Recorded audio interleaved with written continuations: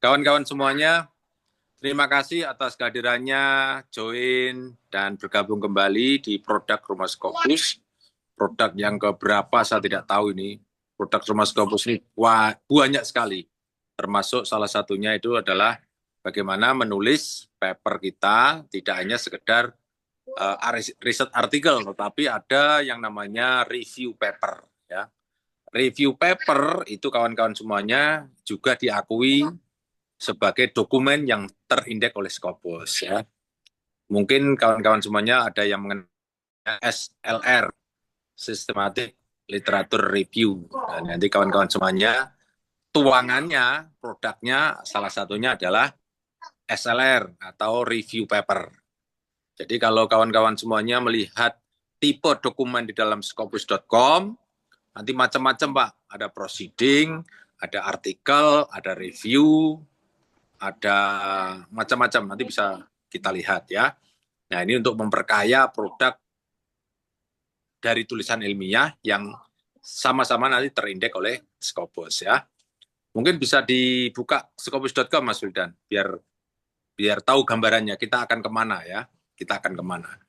Cuma yang jadi masalah Bapak dan Ibu semuanya sebenarnya bukan masalah, cuma sebagai catatan supaya kita tidak overthinking terhadap apa yang namanya SLR atau review paper, bahwa paper jenis ini biasanya sampai sekarang yang saya tahu itu belum bisa menjadi syarat khusus untuk jadi profesor ya.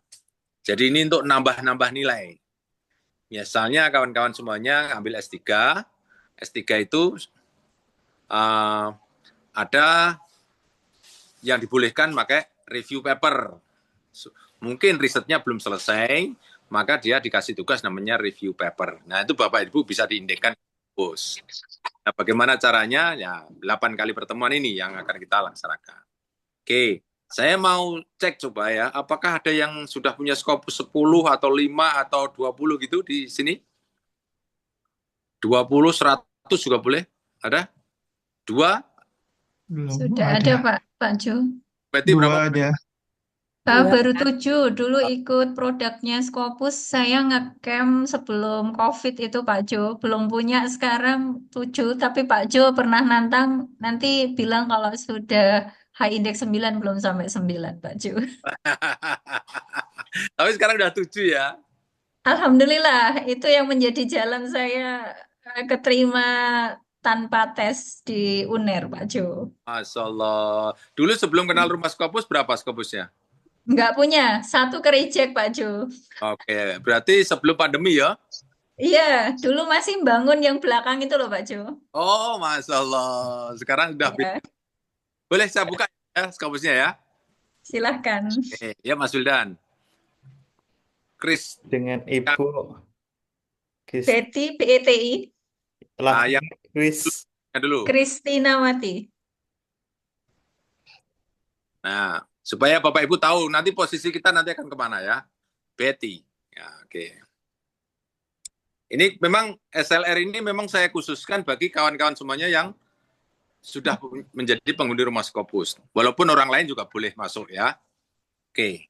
Ini Scopusnya ada 7, kemudian citasinya ada 15, indeksnya ada 2. Sekarang geser ke kanan, itu ada matrik ya. Anak matrik turun sedikit, Mas Wildan. Nah, itu kan ada bawahnya. Bawahnya lagi Mas Wildan. Nah, terus so auto. Nah, oh bukan. Atasnya Mas Wildan. Atasnya analisis output. Nah, ini kan. Nah, ini yang ini dokumen Besos. Jadi dokumennya Bu Peti itu ada di mana? Ada di jurnal news, ada tradisional NOP itu. Itu kalau berbasis SOS. Kemudian bisa ke tipe Mas Wildan, tipe. Yang kanan, klik. Nah, tipe ini, lihat ya, ada review. Review ada berapa itu? 14,1.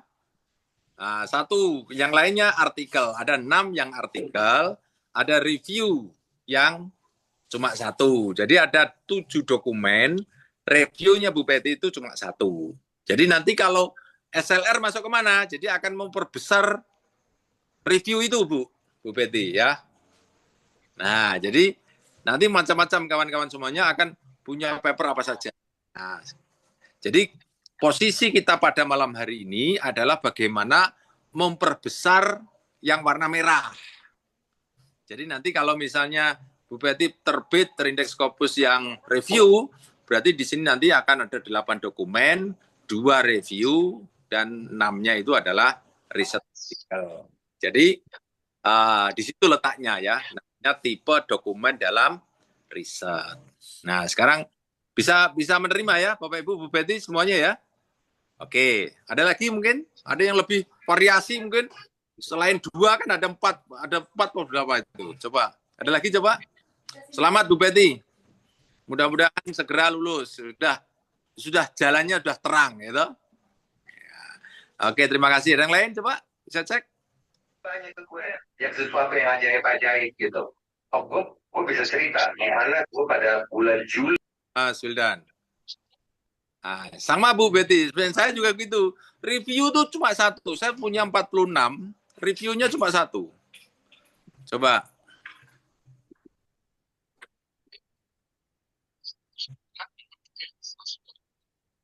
Oke, nama saya. Itu sudah ada. Oke. Nah, lihat ya.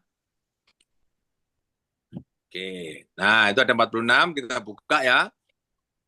Nah, jadi analisis outputnya bisa dilihat ya kanan, sekarang ke kanan, analisis outputnya. Nah ini, nah kalau dokumen pesos itu Pak Jo itu di mana ya paling banyak? Nah, yang paling banyak itu di ini economic anal ada berapa persen, kemudian di prosedia berapa persen, di educational administration ada berapa persen. Nah itu semuanya menunjukkan bahwa matrik atau bahkan tipe sumbernya atau nama sumbernya ya, nama sumbernya. Nah sekarang kita buka yang by type, dokumen by type. Nah, dokumen by type itu artinya tipe, ya ini cuma satu kan. Jadi ada 46 itu review cuma satu, ya reviewnya cuma satu. Jadi saya tidak pernah mengejar review karena sampai sekarang saya terus fokus membuat artikel. Nah sekarang pertanyaannya, mana yang lebih bagus? Ya itu selera saja ya kawan-kawan semuanya, hanya selera saja. Cuma kawan-kawan semuanya nanti, ya ini supaya Bapak Ibu perlu tahu ya, kalau Bapak Ibu kepingin profesor jangan review paper. Ya ini hanya untuk menambah-nambah nilai. Nah sekarang yang mendampingi kita pada malam hari ini, yang ahli review. Nah, siapa dia? Bu Misbah. Kemarin sudah lulus doktornya. Doktor Misbah. Sekarang Kak Mas Wildan. Nah, biar Bapak Ibu tahu ya nanti bagaimana nih. Dokumennya Bu Misbah ada berapa? Mana? Bu Misbah sudah hadir, Bu Misbah?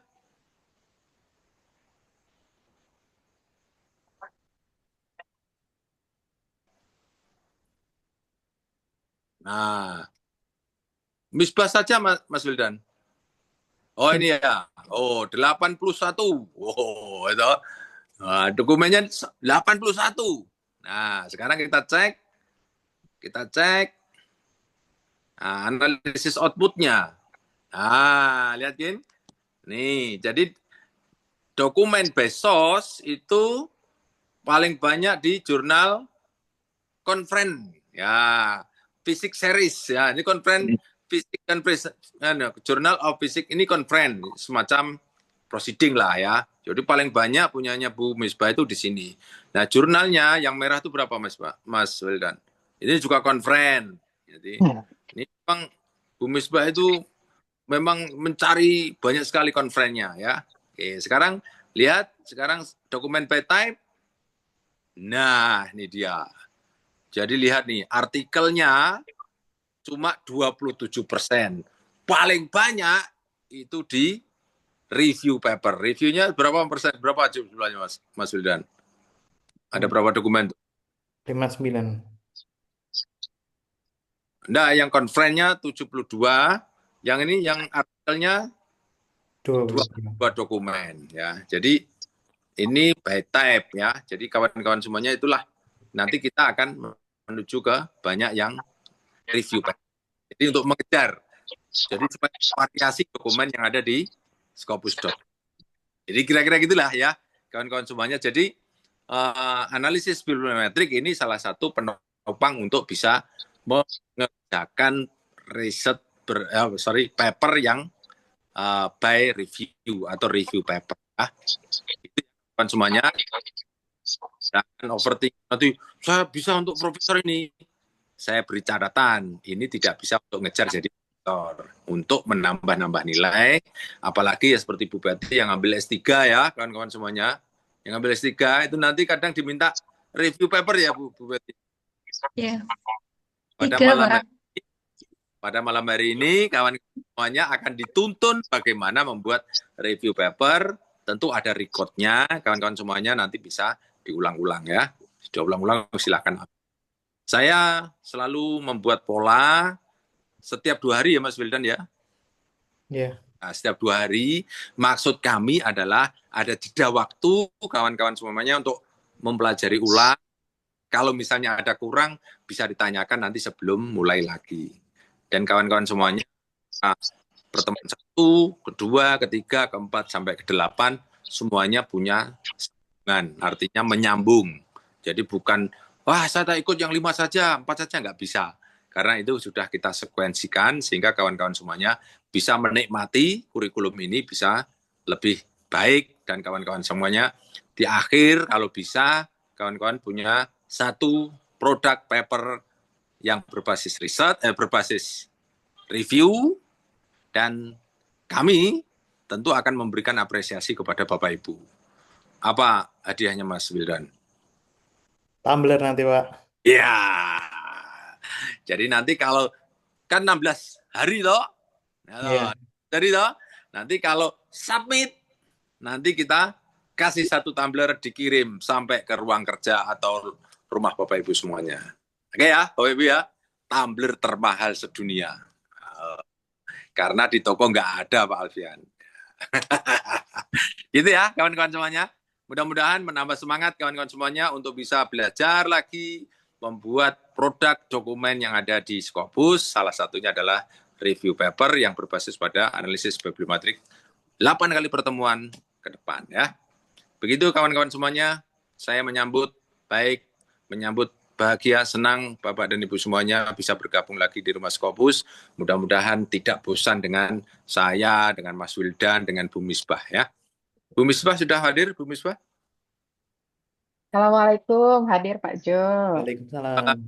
Wabarakatuh. Congratulations Bu Misbah, sudah selesai doktornya. Dan Alhamdulillah. trainer berapa tahun dengan kami Bu Misbah? Jangan? 2021 ya Pak Jo. Iya ya, 4 tahun 5 tahun ya dengan kami ya. Mudah-mudahan terus terjaga silaturahmi, terjaga persaudaraan ya kawan-kawan semuanya, baik yang sebagai trainer maupun sebagai peserta. Terima kasih Bu Misbah. Mudah-mudahan diberi kesehatan, keselamatan, kekuatan sampai mendampingi kita selama 8 kali pertemuan dan nanti dengan Mas Wildan ya, tandem Wildan ya. Siapa? Kayak gitu kawan-kawan semuanya, kita awali dengan Bismillahirrahmanirrahim. Analisis bibliometrik 8 kali pertemuan secara resmi dibuka dengan restu Bapak dan Ibu semuanya. Bismillahirrahmanirrahim.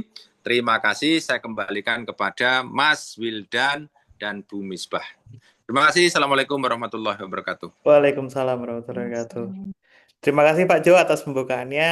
Untuk Bapak Ibu semua, kita akan langsung saja mulai dengan Bu Misbah. Apakah sudah siap Ibu Misbah? Insyaallah siap. Baik, oke, kita akan mulai langsung. Untuk nanti Bapak Ibu sudah disampaikan juga oleh Pak Jo tentang record ya. Kita akan rekam setiap sesinya agar Bapak Ibu bisa mengulangi kembali materi yang mungkin di hari ini belum dipahami ataupun masih Bapak Ibu terkendala waktu untuk hadir, itu juga bisa kita ulangi lagi. Jadi nanti akan kita share setelah sesi, kemudian Bapak Ibu bisa akses mungkin selamanya seperti itu. Baik, kita akan langsung saja mulai pelatihan analisis bibliometrik di sesi pertama bersama dengan Ibu Misbah. Waktu dan tempat saya persilahkan Bu Misbah.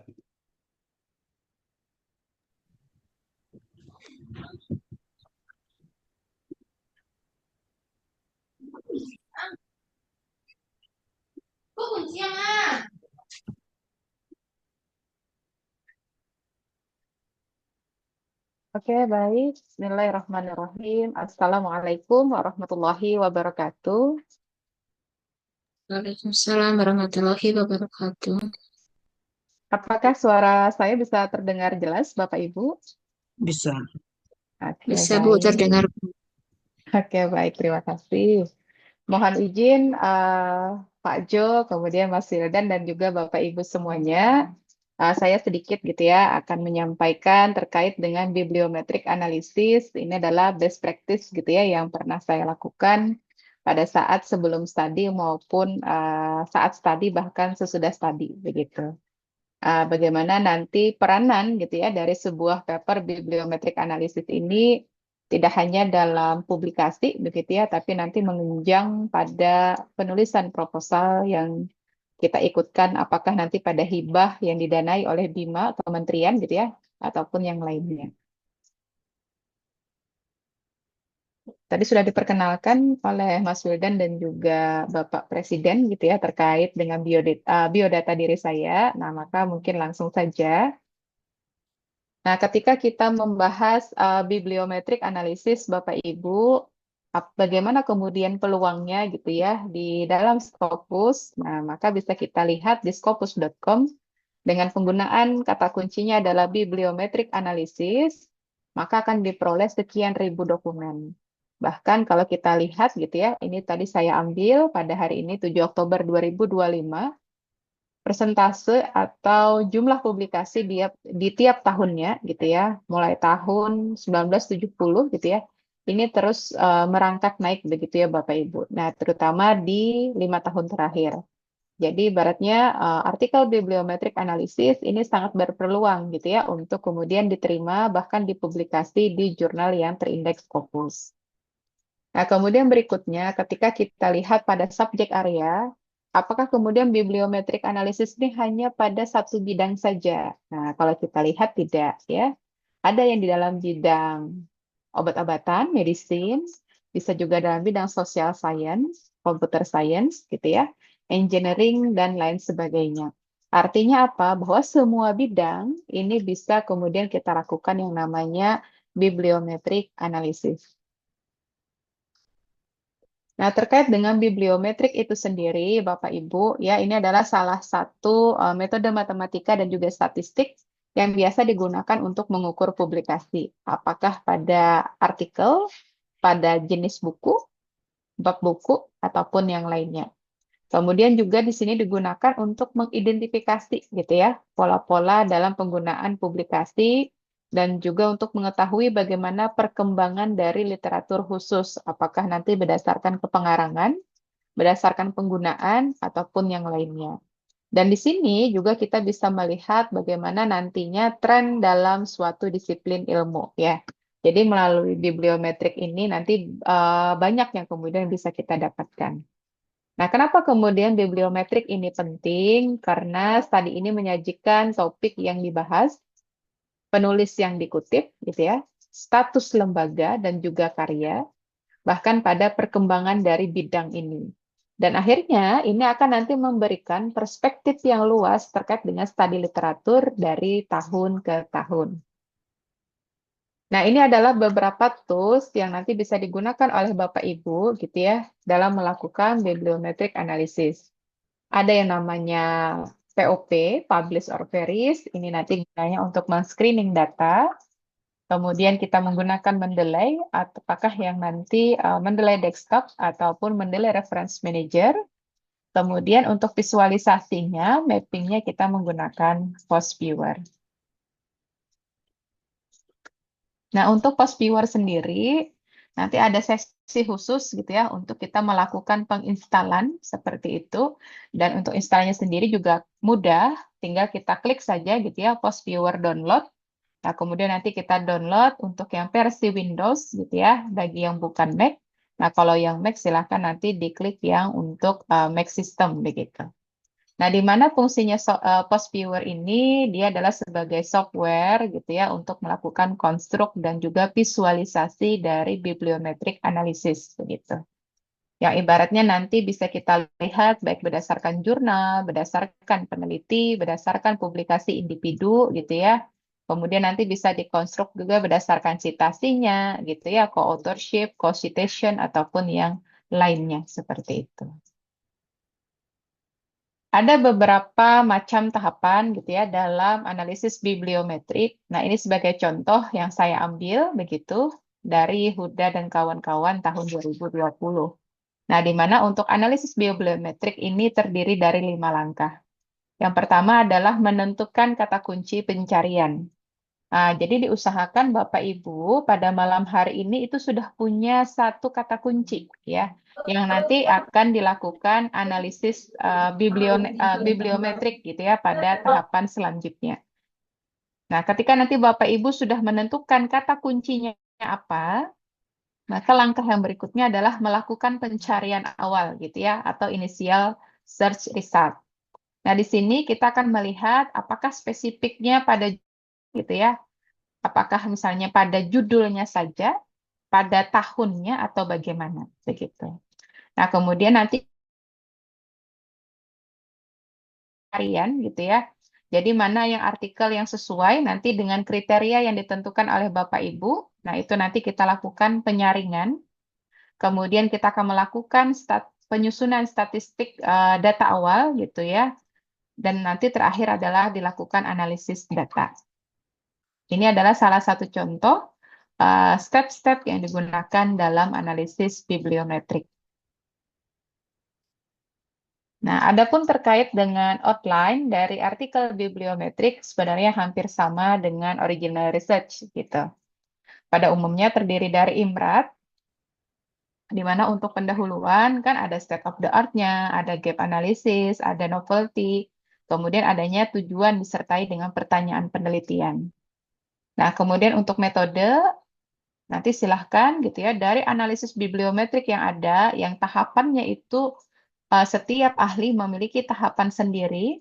Nah, maka silahkan Bapak Ibu nanti mengadopsi yang mana, misalnya punyanya Zupik juga sama 5, namun agak sedikit berbeda bahasanya gitu ya. Yang pertama adalah study design, jadi ibaratnya menyusun pertanyaan penelitian, kemudian melakukan data collection, misalnya mengumpulkan data berdasarkan pada basis data Scopus, kemudian melakukan analisis, ibaratnya kan dari data yang sekian ada, nanti kan disaring, nah kemudian dilakukan visualisasi, misalnya tadi menggunakan post viewer, dan terakhir adalah melakukan interpretasi.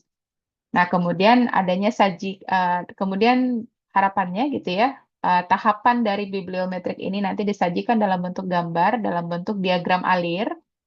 Kemudian jangan lupa Bapak Ibu, kapan data itu ditambang, itu sangat penting dalam artikel bibliometrik analisis. Nah, begitu pula nanti dengan kriteria yang akan digunakan dalam melakukan exclude. Berikutnya adalah hasil pembahasan. Maka sajikan ini sesuai dengan pertanyaan penelitian yang ada di bagian pendahuluan. Terakhir adalah simpulan, menjawab tujuan, implikasinya apa, kemudian bagaimana terkait dengan limitation research. Nah, ini adalah beberapa artikel yang pernah saya buat, ini sebagai salah satu contoh. Ini terbit di E3S, ya, Web of Conference, Q3, dengan judulnya adalah visualisasi dan juga analisis terkait dengan mapping thinking skill ya. Jadi di sini kata kuncinya adalah thinking skill to encourage ESD or Education for Sustainable Development, bibliometric research over the past 6 years. Nah, di sini kata kuncinya adalah thinking skill, berpikir kritis, kemudian saya kaitkan dengan ESD ya, atau Education for Sustainable Development. Nah, di sini dalam penyusunan gitu ya. Ini kan kita buat ya Bapak Ibu berdasarkan kita publish-nya mau di mana. Karena kan itu akan menentukan nantinya jumlah halaman. Dan itu nanti akan menentukan berapa banyak pertanyaan penelitian yang kita sajikan. Nah, kalau di sini gitu ya, saya hanya menyajikan 4 saja, karena ini terbatas halaman, maksimal 10 halaman. Itu sudah termasuk dengan referensi. Nah, makanya saya sajikan hanya beberapa bagian. Nah, biasa yang dilihat adalah bagaimana terkait dengan jumlah publikasi di tiap tahunnya. Kemudian siapa saja gitu ya. Dalam hal ini adalah jurnal mana saja atau proceeding mana saja gitu ya yang menjadi top 10 yang banyak mempublikasikan artikel terkait dengan thinking skill ESD. Kemudian top 10 country, berarti ini 10 negara teratas mana saja yang banyak meneliti pada topik tersebut. Nah, kemudian yang keempat, terkait dengan analisis co-occurrence. Nah, maka thinking skill ini nanti perkembangan trennya seperti apa? Begitu. Nah, ini adalah pertanyaan penelitian yang disebutkan di bagian pendahuluan. Nah, terkait dengan metodenya, tadi saya sampaikan usahakan gitu ya disajikan dalam bentuk gambar, diagram alir, ataupun yang lainnya. Nah, di sini saya tuliskan, kita menggunakan database-nya apa? Database Scopus ya, di mana kan nanti dari tim Rumah Scopus kan akan memberikan akun Scopus Premium ya, seperti itu. Sebagaimana pilihan Bapak Ibu ya. Nah, nanti kita akan search gitu ya berdasarkan kata kunci yang nanti Bapak Ibu ingin tuliskan gitu ya manuskrip bibliometriknya. Semoga malam ini sudah tergambar apa kata kuncinya. Nah, jangan lupa Bapak Ibu ya dituliskan kapan melakukan penambangan data. Nah, dari data yang awal berapa dokumen sih ya yang kemudian diperoleh? Dari sekian ratus dokumen atau bahkan mungkin ribuan dokumen, maka Bapak Ibu kan akan melakukan limitasi. Ya. Limitasi ini ditentukan oleh Bapak Ibu. Apakah berdasarkan tahun, berdasarkan tipe dokumen, berdasarkan tipe sumbernya, berdasarkan bahasanya, ataupun yang lainnya. Nah, ini dikembalikan kepada kita selaku penulis. Nah, setelah dilakukan limitasi, maka akan diperoleh dari yang tadinya 700-an, tersisa 900-an. Begitu. Nah, maka ketika tadi kita peroleh gitu ya, 300 sekian, nah maka akan kita lakukan visualisasi menggunakan post viewer. Nah, maka bentuknya akan seperti ini Bapak Ibu. Kita akan melihat 10 negara teratas yang banyak meneliti tentang thinking skill dan ESD. Semakin besar bulatannya, Bapak Ibu, ini menunjukkan dokumennya juga banyak. Begitu. Nah, maka kalau kita lihat pada gambar 2 ini, Bapak Ibu, kira-kira ya, kalau saya tanya, negara mana sih yang paling besar atau yang paling banyak meneliti tentang topik ini? Kira-kira menurut hasil visualisasi Bapak Ibu, urutan pertama itu negara mana Bapak Ibu? Silahkan di-unmute. US. United US, States. Mbak. United States. US. Oke, baik. Terima kasih atas responnya dan juga betul gitu ya apa yang Bapak Ibu sampaikan. Nah, nanti tinggal kita urutkan gitu ya. Habis US nanti siapa gitu ya sampai nanti diperoleh ada 10 negara teratas. Oke, yang berikutnya adalah kalau tadi berdasarkan negara, nah di sini saya akan melakukan visualisasi gitu ya berdasarkan analisis co-occurrence. Nah, maka akan diperoleh nih bentuknya nanti Bapak Ibu beda-beda ya, tergantung dengan data yang diperoleh. Kalau saya kan seperti kelopak ini ya, bunga, kebetulan dapatnya begini. Nah, ini juga sama bahwa besar kecilnya bulatan gitu ya, ini menunjukkan sering tidaknya kemunculan kata kunci tersebut. Begitu. Nah, perbedaan warna ini nanti akan menunjukkan terkait dengan klaster. Jarak antara satu kata kunci dengan kata kunci yang lain juga ini menunjukkan kemunculan topik itu muncul secara bersamaan. Nah, misal di sini saya contohkan ya Bapak Ibu. Sebentar saya ambil pulpen dulu ya. Nah, di sini saya contohkan, misalnya Bapak Ibu ya, ini kan ada ISD nih ya, yang bulatannya di tengah warna ungu. Nah, ketika saya bandingkan ISD dengan sistem thinking, berarti kan yang ini ya Bapak Ibu, ini kan sistem thinking nih. Nah, kemudian saya bandingkan ISD ini dengan STEM, nih yang paling ujung di atas. Nah, kalau saya bandingkan, mana yang sering lebih muncul Bapak Ibu? Apakah ISD dengan sistem thinking ataukah ISD dengan STEM Bapak Ibu? Silahkan bisa di-unmute.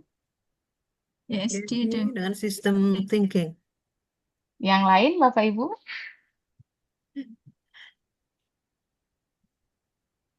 Apakah sama dengan Bu Betty tadi ya? Sama, Bu. Oke, sama. Terima kasih Pak Hari. Nah, betul ya Bapak Ibu. Semakin dekat tadi kan menunjukkan frekuensi kemunculannya semakin sering ya begitu Bapak Ibu.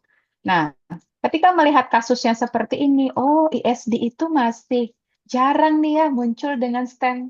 Nah, maka itu bisa jadi mengarah pada novelty Bapak Ibu. Ya, nanti kan akan menjadi ide untuk penulisan atau riset Bapak Ibu selanjutnya. Nah, kemudian yang berikutnya, nah ini nanti kalau kita pecah-pecah ya Bapak Ibu, berdasarkan eh, kata kunci yang kita inginkan, nah akan diperoleh sekian gambar. Nah, seperti yang saya tampilkan ini, ada sekitar 8 gambar ya. Nah, karena tadi saya kata kuncinya adalah terkait dengan keterampilan berpikir, itu kan keterampilan berpikir itu kan sifatnya umum. Nah, saya mau tahu spesifiknya apa begitu. Oh, ternyata nih muncul ada yang namanya di bagian B ini adalah critical thinking. Di bagian C ini ada namanya problem solving. Nih ya, yang ibaratnya dia menjadi pusatnya Bapak Ibu. Nah, kemudian yang berikutnya ada design thinking ya. Ada decision making, system thinking, kemudian ada creativity, dan terakhir ada computational thinking. Begitu. Jadi nanti silahkan dari yang gambarnya awal ini ya, yang ibaratnya umum. Nah, nanti silahkan kalau mau dirincikan sesuai dengan Bapak Ibu kan udah punya nantinya jalannya. Oh, ini mau saya bawa kemana sih arahnya? Nah, begitu. Ada tidak muncul kata kunci tersebut? Nah, itu nanti bisa dilihat. Nah, kemudian yang berikutnya, selain itu kita akan bisa melihat gitu ya, berdasarkan pada overlay dari visualisasi yang ada, di beberapa tahun terakhir, oh topik itu dia sedang membahas apa? Atau dia berkaitan dengan topik apa? Nah, ini sebagai contoh ya. Kalau warnanya semakin kuning, itu menandakan eh, yang terkini, begitu Bapak Ibu. Ini kan bahasanya 2022 ya. Kemudian kan kemarin data ini saya tambang 2024. Nah, maka di sini bisa saya sampaikan, di 2 tahun terakhir, nah ini kan yang menjadi entry point Bapak Ibu adalah ISD ya. Nah, kemudian tinggal Bapak Ibu lihat yang warna kuningnya. Oke, sebentar. Saya ambil pulpen dulu ya. Nah, ini kan ISD ya Bapak Ibu. Nah, Bapak Ibu tinggal lihat yang warna kuning. Oh, ada STEM, ada STEAM, ada teacher, ada cockpit. Nah, ini kan 2022. Saya menambangnya 2024. Oh, berarti di 2 tahun terakhir, ISD ini banyak dikaitkan dengan STEM, dengan STEAM, teacher, ataupun COVID-19. Begitu. Nah, bagian overlay ini pun nanti akan bisa menjadi novelty gitu ya untuk penelitian kita selanjutnya. Begitu.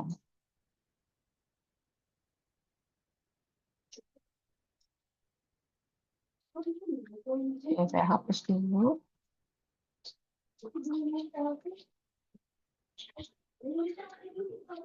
Nah, kemudian yang berikutnya, ini adalah beberapa artikel yang sudah dipublikasikan, begitu di jurnal terindeks Scopus ataupun di proceeding terindeks Scopus, gitu ya.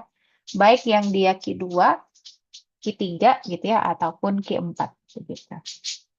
Jadi intinya mah bahwa artikel atau manuskrip bibliometrik analisis ini bisa diterima gitu ya ataupun dipublikasikan di jurnal atau proceeding terindeks Scopus gitu. Ini adalah beberapa referensi yang saya gunakan. Nah, mungkin itu sementara yang bisa saya sampaikan, Mas Wildan. Mungkin kita bisa buka dulu sesi tanya jawab.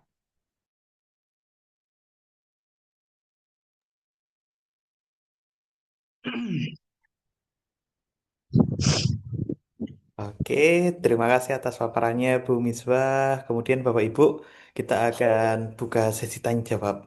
Untuk Bapak Ibu yang ingin bertanya, bisa nanti raise hand ataupun langsung menanyakan pertanyaannya. Izin bertanya, Mas Wildan. J, baik Ibu. Ya, mohon arahan Bu Misbah. Ini kebetulan memang saya sedang merancang untuk melakukan bibliometrik analisis seperti itu. Harapannya memang nanti di akhir dari kegiatan ini saya punya satu paper gitu. Yang menjadi pertanyaan saya adalah tadi disampaikan bahwa database yang digunakan adalah Scopus. Apakah untuk bibliometrik ini eh, ada pembatasan database ataukah ada beberapa pertimbangan tertentu dalam penggunaan database? Sebagai contoh misalnya ini saya masih berkaca pada review sistematik literatur review ataupun jenis review yang lain misalnya kayak scoping dan lain sebagainya itu kan.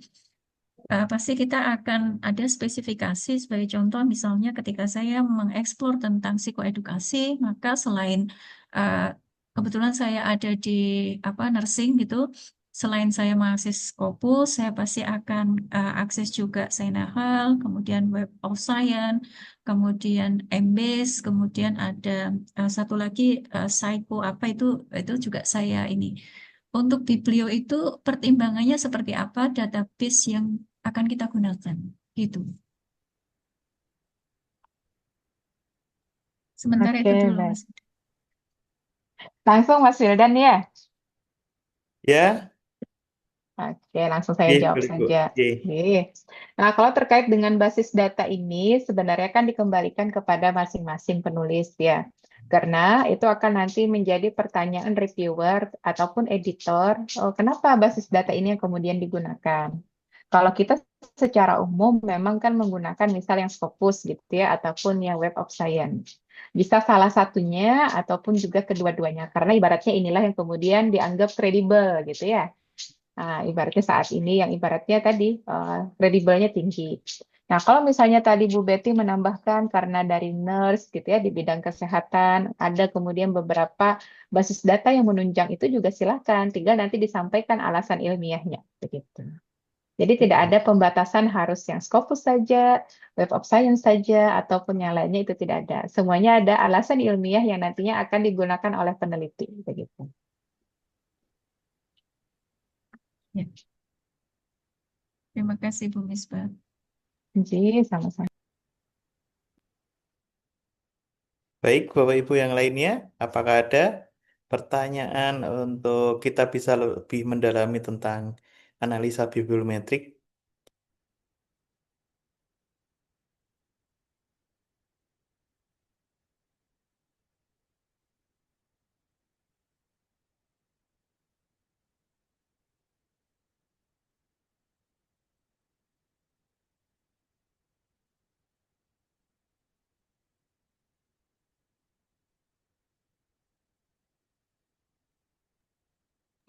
Eh, Izin bertanya.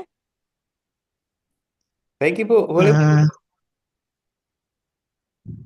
saya Mas Wildan. Oh boleh, Pak Alfian. Ya, siapa?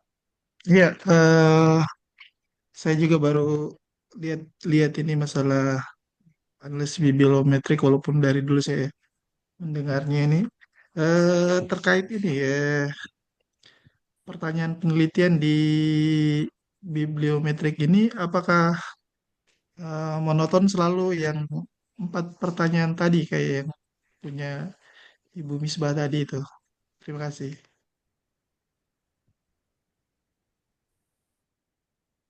Oke, baik. Nah, tadi seperti yang saya sampaikan ya, Pak, saya itu menulis tergantung dari tujuannya kemana. Apakah ke proceeding, apakah ke jurnal, begitu. Karena terkadang kan akan dibatasi oleh halaman. Misal kalau yang tadi adalah di proceeding terindeks Scopus Q3, itu dibatasi maksimal 10 halaman, termasuk dengan referensinya. Nah, makanya kemudian saya batasi untuk pertanyaan penelitiannya, hanya 4 saja. Tetapi ketika saya masukkan di jurnal, begitu ya, baik yang Scopus Q2, Q3, ataupun yang lainnya, dan itu tidak dibatasi halaman misalnya, maka saya akan detail. Nah, selain 4 tadi, bisa nanti kita melihat dari eh, afiliasi mana sih, gitu ya, yang kemudian banyak meneliti terkait topik tersebut. Kemudian nanti kita bisa melihat dari top 10 authors, gitu ya. Nah, untuk 10 penulis teratas ini pun nanti bisa terbagi menjadi dua. Apakah nanti kita lihat dari dokumennya? Apakah nanti bisa kita lihat juga dari citasinya? Nah, ini akan menjadi dua pertanyaan yang berbeda. Nah, kemudian juga nanti bisa kita lihat berdasarkan subjek areanya, kemudian bisa dilihat dari pandingnya ataupun lain sebagainya. Jadi, ini bisa nanti kita buat jadi 10 pertanyaan penilaian pun juga bisa, gitu ya. Tapi tadi tetap tergantung pada apa yang mau kita tuju, jurnal kah, proceeding kah, dia terbatas halaman atau tidak, begitu.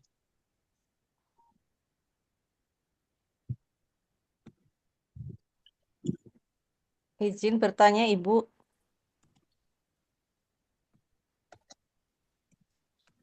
Halo,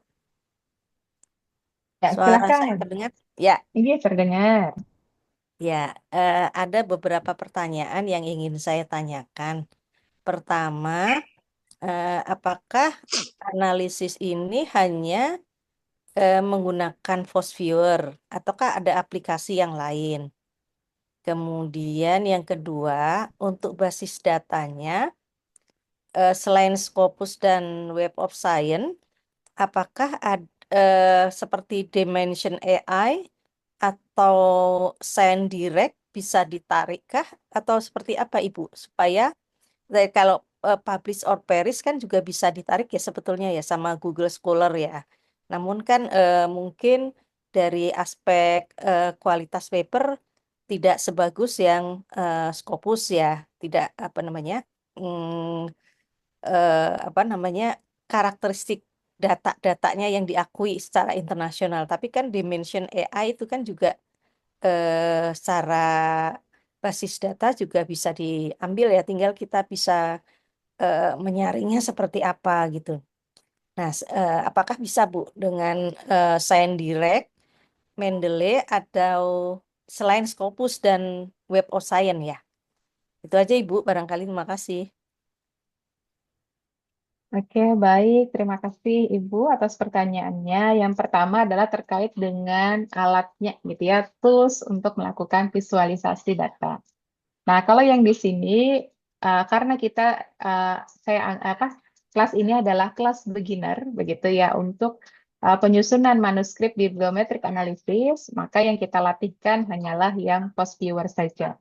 Nanti kalau misalnya Bapak Ibu sudah pada tahap intermediate ataupun advance, maka alat visualisasi yang digunakan Bapak Ibu bisa menggunakan RStudio gitu ya, ataupun yang lainnya. Nah, itu satu terkait dengan alatnya untuk visualisasi. Nah, kemudian yang kedua terkait dengan basis data, kalau misalnya kita menggunakan Dimension juga silakan. Tapi memang Dimension pun kan ibaratnya di dalamnya ada yang terindeks Scopus ya, ada yang kemudian terindeks Google Scholar gitu ya, ataupun yang lainnya. Berarti kan di sana perlu pemilahan. Nah, begitu pula ketika kita mengambil basis datanya dari mendeley.com. Nah, baik dari Scopus juga masuk gitu ya, yang kemudian Google Scholar juga masuk dan seterusnya. Tetapi ketika Bapak Ibu nantinya sudah memiliki akun premium yang Scopus, yang ibaratnya kan ketika Bapak Ibu daftar kan sudah ada tuh ya, dengan biaya sekian Bapak Ibu sudah dapatkan akunnya. Nah, maka kalau menurut saya mending gunakan saja yang langsung database-nya adalah Scopus begitu. Tapi kalau ditanya bolehkah? Sangat boleh Ibu menggunakan selain dari Scopus ataupun selain dari Web of Science. Begitu Ibu.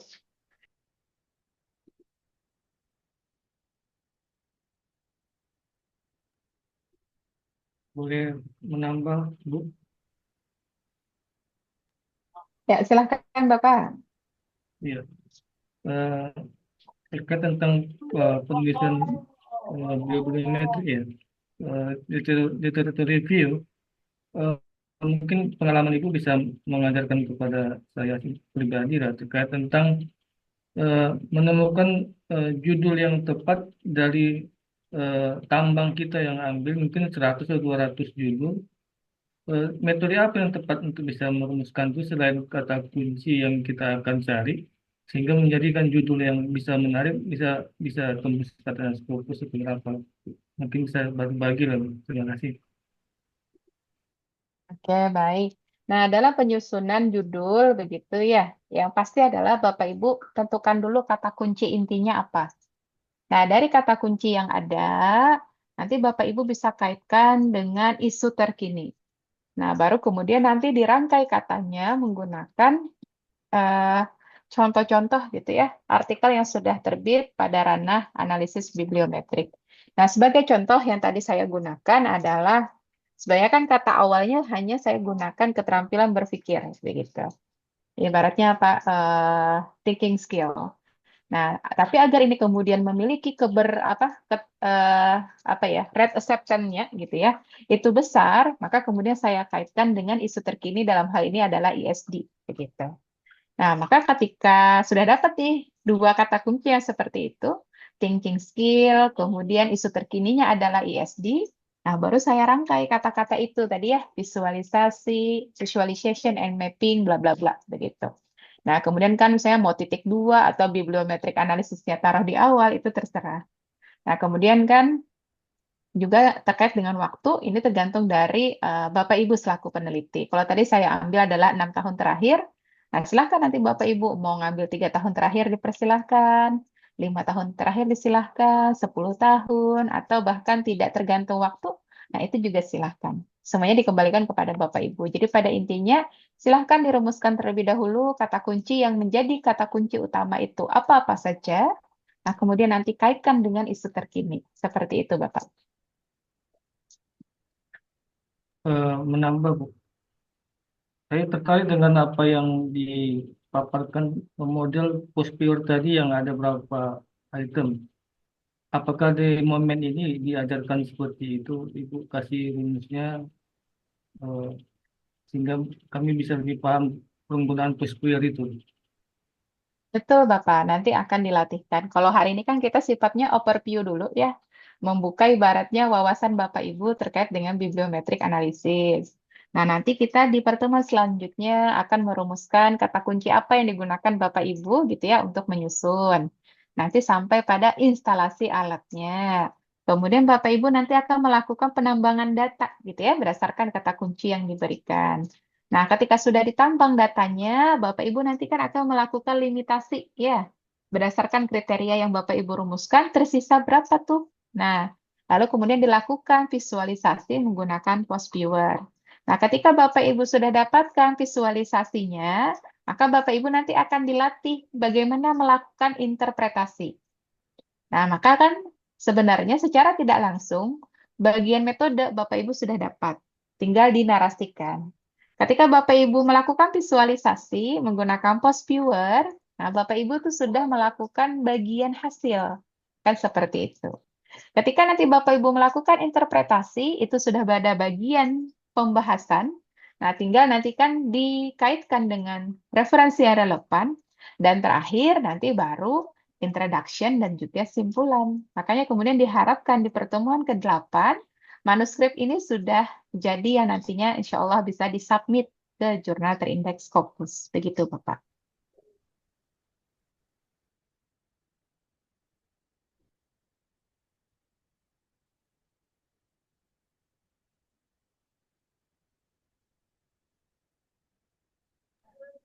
Izin Ibu, saya bertanya, ini mengenai tadi Ibu ya, apa namanya, kata kunci gitu ya Bu. Kata kunci itu berarti eh, bisa saja berupa metode gitu ya Bu ya, metode sehingga nanti atau misalkan metode yang lagi apalagi tren gitu ya misalkan gitu. Terus kemudian nanti akan dikaitkan dengan misalkan isu yang ingin kita teliti seperti itu ya, Bu. Betul, Ibu. Oh, oke, oke. Baik, Ibu, terima kasih. Itu aja. Oke, baik, sama-sama Ibu. Nah, mungkin juga di sini saya akan menyampaikan gitu ya, apalagi terutama untuk mahasiswa pasca sarjana gitu ya. Mungkin yang S3, analisis bibliometrik ini kan akan memudahkan Bapak Ibu gitu ya dalam menyusun nantinya di bagian pendahuluan. Karena saya kemarin pun ini kan berdasarkan ini ya, best experience ya Bapak Ibu. Nah, jadi analisis bibliometrik yang saya lakukan itu ditaruh gitu ya di bagian pendahuluan. Nah, itu yang ibaratnya nanti akan menegaskan gitu ya, novelty apa yang kita peroleh gitu ya dari penelitian yang kita lakukan itu.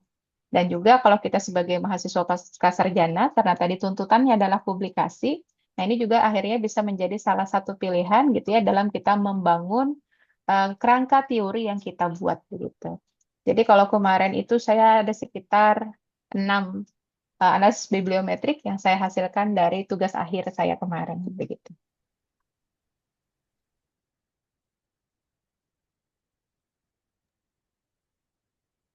Izin menyambung Bu Misbah. Oke, Kalau silakan tadi Ibu. Bu Misbah menggambarkan bahwa selama studi itu menghasilkan 6 bibliometrik, ini artinya apakah relevan juga ketika kita meneliti, kemudian ada beberapa variabel dependen yang akan kita cari atau kita tentukan, itu pun nanti akan bisa menjadi satu topik yang kita explore menggunakan bibliometrik. Iya, jadi setiap variabel Bu ya yang ada di judul baik itu variabel responnya ataupun variabel bebasnya itu saya lakukan analisis bibliometrik sehingga dia akan saling menguatkan begitu.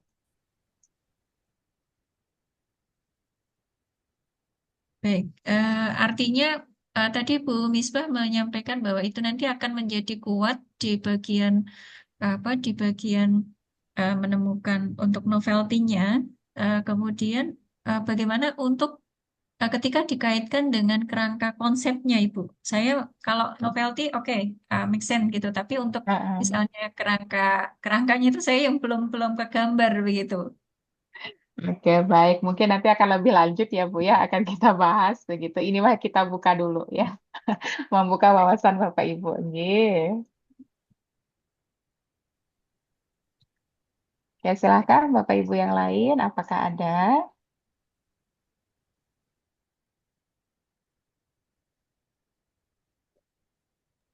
Karena Bu, sebenarnya, saya boleh tanya Bu Misbah. nggih, silakan. Eh, Dasar sekali nih ya pertanyaannya. Bagaimana memilih kata kunci yang baik? Karena di awal Bu Misbah mengatakan tentukan kata kunci terlebih dahulu. Nah, kan ada banyak kata nih. Dari banyak itu kok yang dipilih sama Bu Misbah kata kuncinya tadi critical thinking tadi. Nah, itu eh, bagaimana menyortir yang kita punya kata kunci dan yang akan kita mau proses itu yang dipilihnya gitu gimana gitu Bu langkahnya. Oke, baik. Nah, kita kan ibaratnya punya roadmap penelitian ya, Bu ya. Oh, kita sih expertise-nya di bidang apa begitu ya. Ataupun misalnya kalau kita sebagai mahasiswa pasca, oh judul penelitian kita tentang apa. Nah, kalau saya kemarin itu kan penelitiannya salah satu variabelnya adalah keterampilan berpikir kritis begitu. Nah, maka saya mau mencoba nih kalau di satu sisi saya juga ada gitu ya analisis bibliometriknya yang fokusnya pada critical thinking skill. Nah, tapi saya mencoba nih menggunakan scope yang lebih luas yang di atasnya yaitu terkait dengan thinking skill. Oh, ternyata muncul gitu ya critical thinking skill-nya begitu. Jadi secara scope spesifik juga saya lakukan analisis bibliometrik, secara scope yang lebih luas juga saya lakukan analisis bibliometrik seperti itu, Bu Henny. Oke, terima kasih. Oke, baik. Nah, mungkin juga Bapak Ibu mohon izin sedikit saya sampaikan. Ini sebenarnya tidak hanya untuk mahasiswa pasca ya Bapak Ibu. Ya, Bapak Ibu juga bisa gunakan ini pada saat pengajuan proposal gitu ya. Untuk yang hibah baik didanai Bima ataupun yang lain sebagainya. Karena ketika misalnya kita pengajuan dana yang dari kementerian, contohnya ada yang dari Bima, itu kan ada yang namanya di bagian fundamental ataupun untuk mahasiswa PDD gitu ya, disertasi doktor ataupun juga untuk bimbingan kita yang pada kategori PTM gitu ya, untuk yang magister. Nah, di sana kan ada yang namanya state of the art ya Bapak Ibu. Nah, state of the art, kemudian novelty. Nah, itu biasa saya gunakan juga adalah analisis bibliometrik. Jadi pada tahun ini, ibaratnya ada 6 gitu ya proposal yang saya coba review, bantu untuk kemudian menyempurnakan gitu ya, dan menggunakan tadi analisis bibliometrik, dan keenam-enamnya itu didanai seperti itu Bapak Ibu.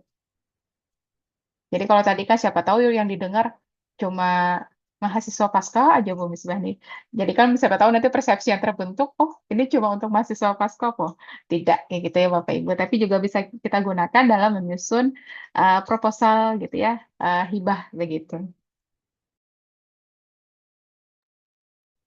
Mungkin Bu Misbah ingin bertanya Iya, silakan Bapak.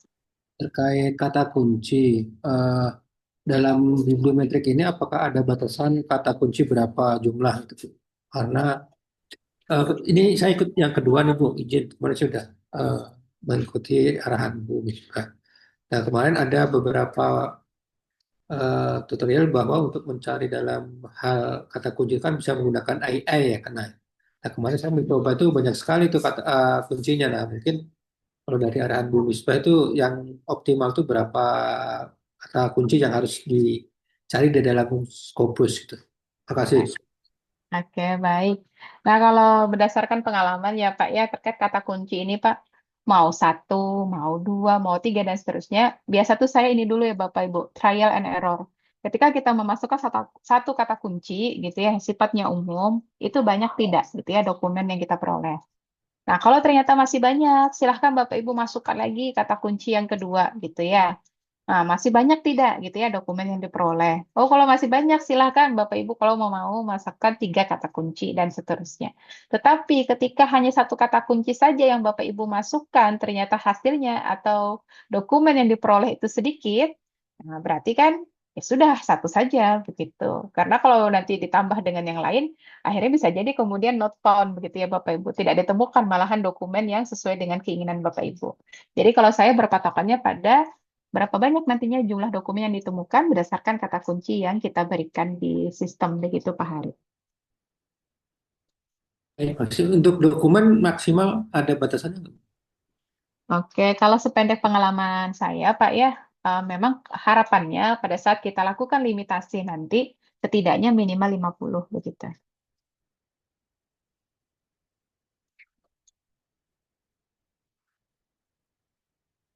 Terima kasih Bu. Tinggi, sama-sama Bapak. Oke, baik. Silakan ada lagi Bapak Ibu. Bu Misbah izin bertanya. Tinggi, silakan. Mohon maaf, off cam ya Bu. Oke. Ya, Ibu tadi Ibu sudah menjelaskan terkait dengan kata kunci ya Bu ya, bagaimana mungkin memilih kata kunci mungkin berdasarkan peminatan kita mau penelitian apa. Nah, tadi Ibu juga sampaikan terkait mungkin dengan isu terkini gitu. Nah, untuk sekarang yang isu terkininya itu Ibu itu kategori atau kriterianya itu kira-kira seperti apa? Apakah mencari kalau nanti dari AI atau dari apa gitu? Nah, mungkin lebih spesifik mohon penjelasan. Terima kasih, Bu Misbah. Oke, baik. Nah, terkait dengan isu terkini, Bapak Ibu, kalau saya sendiri berdasarkan pengalaman itu saya ambilnya ketika saya aktif gitu ya di pertemuan ilmiah, apakah di conference gitu ya, conference nasional ataupun internasional, ataupun beberapa pertemuan ilmiah yang lain. Tapi kalau misalnya kita tidak punya waktu gitu ya untuk mengikuti secara aktif pertemuan ilmiah tersebut, nah Bapak Ibu bisa saja gunakan AI gitu ya dengan mengetikkan apa kemudian isu terkini gitu ya pada bidang Bapak Ibu. Nah, nanti kan akan keluar gitu ya sederet jawaban. Nah, itu juga bisa dijadikan salah satu rujukan begitu, Ibu. Terima kasih, Bu.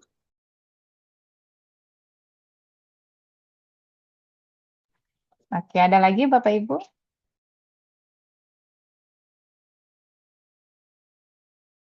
Kalau tidak ada, saya kembalikan kepada Mas Wildan. Oke, baik. Terima kasih Bu Misbah untuk sesi pertama kali ini. Dari Bapak Ibu semua, kita sudah nanti terbuka wawasan untuk penulisan analisis bibliometrik kali ini. Kemudian di sesi-sesi berikutnya nanti sama Bapak Ibu, kita akan terapkan pola pemaparan materi, kemudian ada sesi tanya jawab dan konsultasi nantinya.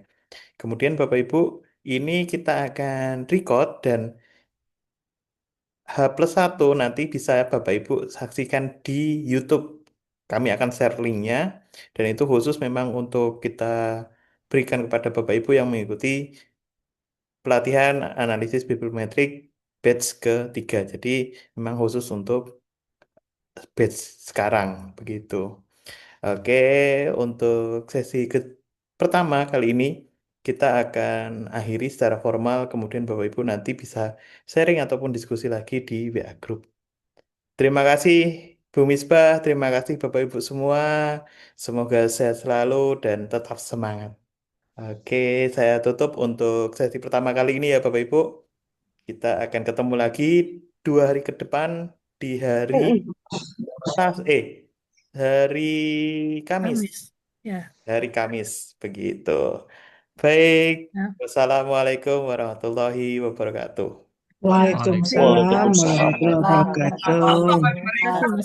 wabarakatuh. Ya, izin sebentar Bapak Ibu. Bu Misbah. Ya, izin Ya. keluar. Makasih Bu Misbah. Mari Bapak Alda. Ibu. Ya. Ya, izin Bu Misbah.